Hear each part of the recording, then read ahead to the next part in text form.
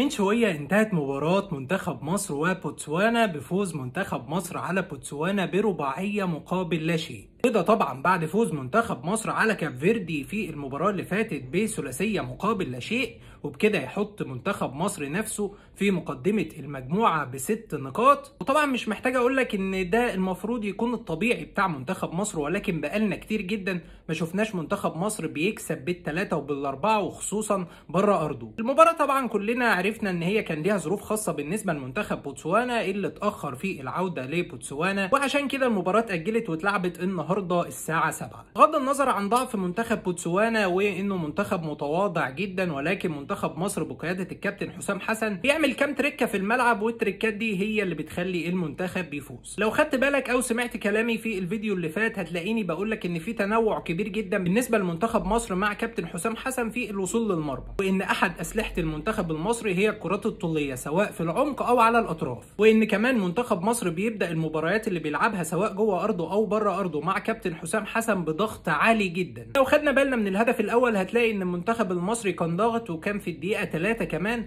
والكرة بتروح لمروان عطية اللي بيلعبها لمحمد صلاح على طول. محمد صلاح كان ممكن يحطها بالعرض لتريزيجيه ولكن بيسدد في المرمى، والكرة بتترد من حارس المرمى وتتحط جول. طب خد بالك معايا كده من اللي هيحصل في الهدف الثاني، هتلاقي ان الكرة كانت بتتحضر في نص الملعب وبعدين راحت لرامي ربيعة اللي على طول بيعدي من اللاعب اللي قدامه وبيعمل لينك مع تريزيجيه اللي بيتقدم على طول عشان يصنع في خلفه مساحة يرجع على طول يجري فيها ويعمل لينك مع رامي ربيعة اللي بيحط له الكرة من فوق المدافعين عشان يحط الهدف الثاني على طول. برضو كان ممكن يباصي الكرة لأسامة فيصل ولكن حطها جول، وده بيأكد كلامي اللي انا قلته قبل كده في الفيديو اللي فات ان منتخب مصر بيعتمد على الكرات الطولية من المدافعين. وتأكيدا برضو على كلامي هتلاقي ان الهدف الثالث كانت كرة طولية ملعوبة من حمدي فتحي على طول على الجنب الشمال لمحمد حمدي اللي على طول بيحط الكرة بالعرض لمحمد صلاح عشان تعدي من حارس المرمى، ومحمد صلاح يبقى الجون قدامه فاضي يحطها ببطن رجله. وتأكيدا اكتر على كلامي هتلاقي ان الهدف الرابع الكرة ملعوبة من خالد صبحي المساك لابراهيم عادل على طول اللي واخد مساحة ناحية الشمال، وبيعدي ابراهيم عادل وبيعمل شغل فردي وبيلعب الكرة لمصطفى فتحي